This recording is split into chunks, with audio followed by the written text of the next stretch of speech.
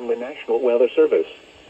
The National Weather Service in Chicago has issued a special marine warning for nearshore waters from Winthrop Harbor to Calumet Harbor, nearshore waters from Calumet Harbor to Michigan City, open waters from Winthrop Harbor to Michigan City out to Mid-Lake until 12:30 a.m.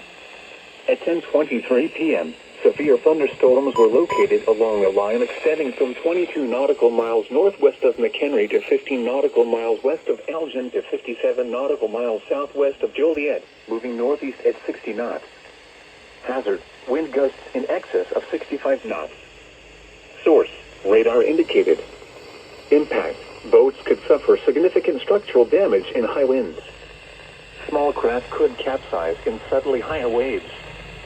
Severe thunderstorms will be near Waukegan Harbor and Winthrop Harbor around 11:05 p.m. 59th Street Marina around 11:50 p.m. Indiana Harbor, Calumet Harbor, Hammond Marina and Jackson Park Harbor around 11:55 p.m. Burns Harbor and Marina Shores at Dune Harbor around 12:05 a.m.